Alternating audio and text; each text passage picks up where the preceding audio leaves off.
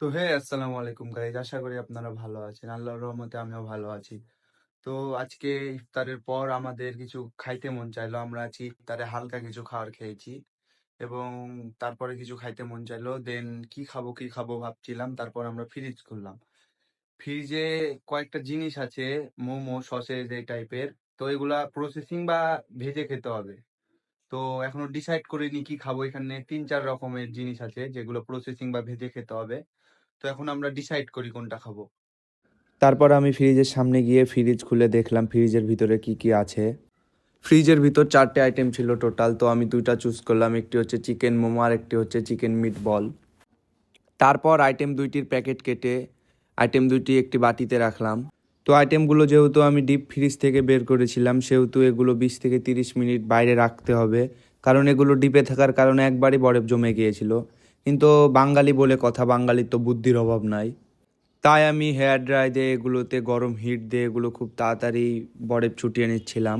তো ফাইনালি বরফ ছুটিয়ে নেওয়া ডান, মানে এই আইটেম দুইটি এখন ভাজার জন্য পুরোপুরি প্রস্তুত। তো আমি জিনিসগুলো রান্নাঘরে নিয়ে যাচ্ছিলাম।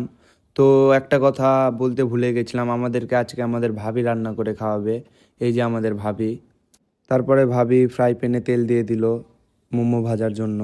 ফার্স্টে আমরা মোমোই ভাজবো, দেন চিকেন মিট বল ভাজবো।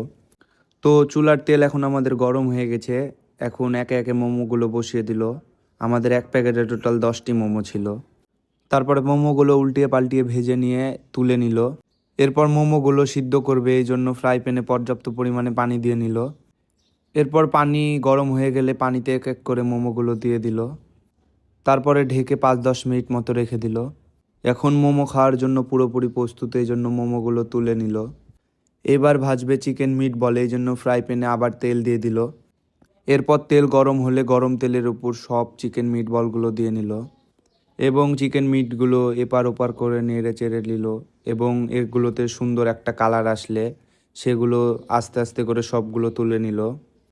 তো ফাইনালি আমাদের চিকেন মোমো এবং চিকেন মিট বল বানানো ডান। তো এগুলো আমরা পরিবেশনের জন্য আমাদের টেবিলে নিয়ে যাচ্ছিলাম। এরপর টেবিলে এনে আমি এবং আমার বাবা মিলে এগুলো খেয়ে রিভিউ দিচ্ছিলাম। তো এগুলো বাসায় বানানো দৃষ্টে অনেক গুণ ভালো হয়েছে। আমরা যতটুকু এক্সপেক্ট করেছিলাম তার থেকেও 1000 গুণ ভালো হয়েছে। তো এই ছিল আমাদের আজকের ভ্লগ, আশা করি আপনাদের কাছে ভালো লাগবে। তো দেখা হচ্ছে নতুন কোনো ভিডিওতে, ততক্ষণ পর্যন্ত ভালো থাকবেন, সুস্থ থাকবেন, আল্লাহ হাফেজ।